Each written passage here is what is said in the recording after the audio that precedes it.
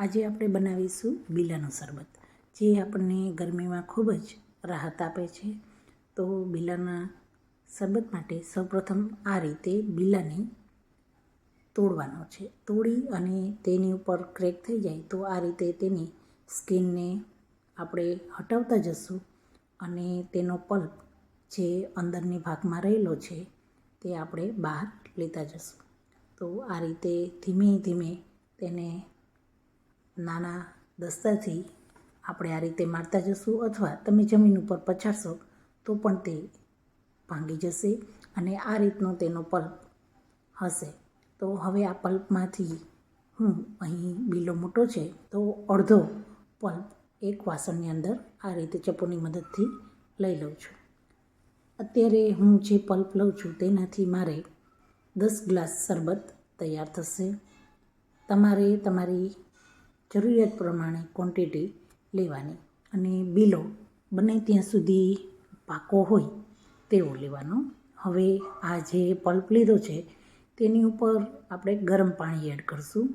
તો તે ડૂબી જાય ત્યાં સુધી ગરમ પાણી એડ એટલું કરવાનું છે અને 1 કલાક પછી આપણે આ રીતે જે પલળી અને તૈયાર થઈ ગયો છે પલ્પ, તેને મેસરની મદદથી એકદમ આ રીતે મેશ કરી દેશું.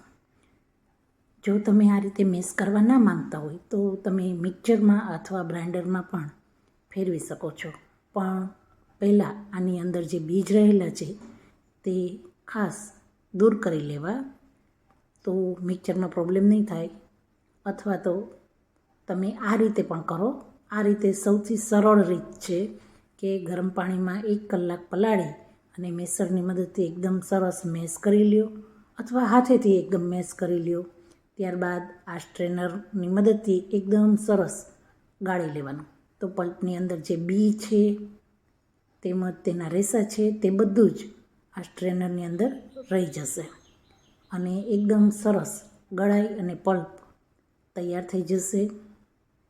તો હું તમને તે સ્ટ્રેન કરીને બતાવું છું કે જો આ રીતનો પલ્પ મારે કટોરીની અંદર આવી ગયો છે અને આ એકદમ સરસ તૈયાર થઈ જશે, એકદમ સ્મૂથ તૈયાર થશે. અને તમે આને આ રીતે ચમચાની મદદથી પ્રેસ કરશો તો તેમાંથી દરેક વસ્તુ નીકળી જશે અને તે આપણે રેસાને બીને દૂર કરી દેશું. તો હવે તે જ કટોરીની અંદર હું 3 થી 4 ચમચી ખાંડનો પાવડર એડ કરું છું. ખાંડનો પાવડર એડ કરવાથી તે જલ્દી ઓગળી જશે. ખાંડ આખી એડ કરવાથી થોડીક ઓગાળતા આપણને વાર લાગશે, તો માટે ખાંડનો પાવડર બનાવે અને તેને એડ કરવાનો. ખાંડની જગ્યાએ તમે મિશ્રી પણ યુઝ કરી શકો છો. હવે શેકેલા જીરાનો પાવડર લેશું, જે અડધી ચમચી લેશું, અને સ્પિંચ આપણે મીઠું લેશું. જીરાનો પાવડર આપણે ઉનાળામાં લેવાથી એકદમ શરીરમાં ઠંડક રહે છે, તેમજ આ જે બીલો છે તે ઉનાળામાં પીવાથી તમારા પેટની દરેક તકલીફો હશે તો તે દૂર થઈ જશે અને આ રીતનો એકદમ ઘટ પલ્પ તૈયાર થશે. આપણે જે ખાંડ નાખ્યા પહેલાં પલ્પ તૈયાર થયો તેવો પલ્પ તમે કાઢી અને તે પલ્પને ફ્રીઝરમાં તમે 6 મહિના સુધી રાખી શકો છો. તો જ્યારે બી શરબત બનાવવું હોય ત્યારે તમે તે ફ્રીઝરમાંથી કાઢી અને શરબત બનાવી શકો છો. હવે 1 લીંબુનો રસ એડ કરી દઈએ. આ શરબત મિત્રો આપણા શરીરમાં એકદમ ઠંડક આપે છે અને આપણને શરીરમાં કોલેસ્ટ્રોલ વધારે હોય, ડાયાબિટીસ વધારે હોય તો પણ તેમાં પણ તે મદદ કરે છે. અને ઉનાળાની ગરમીમાં જ્યારે આપણને શરીરમાં લૂ લાગે છે ત્યારે પણ આ શરબત ખૂબ જ કામ કરે છે. તેની સાથે સાથે ડાયરિયામાં પણ ઘણું કામ આવે છે. તો હવે આ પલ્પને આપણે એક જગની અંદર લઈ લઈએ અને ત્યારબાદ તેની અંદર આપણે પાણી એડ કરી દઈશું. તો હવે હું ઠંડુ પાણી એડ કરું છું. તો અહીં મેં 10 ગ્લાસ જેટલું શરબત તૈયાર કર્યું. તો મિત્રો તમે પણ આ રીતે ઉનાળામાં બીલાનું શરબત પીવો અને તમારી સેહતને ઉનાળાની ગરમીમાં એકદમ ઠંડક આપો. તો હવે ગ્લાસમાં આપણે તેને આઈસ ક્યુબ સાથે સર્વ કરી લઈએ. 5 ગ્લાસ આ રીતે મેં તૈયાર કર્યા છે અને આપણે તેને એક જગ ભરીને થયું છે.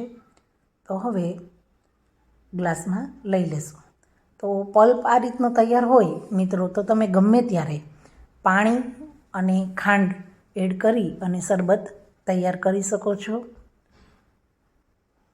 તો મેં તમારી સાથે આ ગરમીમાં એકદમ ઠંડક મળતું શરબત શેર કર્યું. તો મિત્રો તમને આ શરબત કેવું લાગ્યું તેની મને કોમેન્ટ કરો અને તમે ક્યારે બનાવવાના છો તેની પણ મને કોમેન્ટ કરો. અને મારી ચેનલને લાઈક કરો, શેર કરો અને નવા આવ્યા હોય તો સબસ્ક્રાઈબ અચૂક કરી દેજો.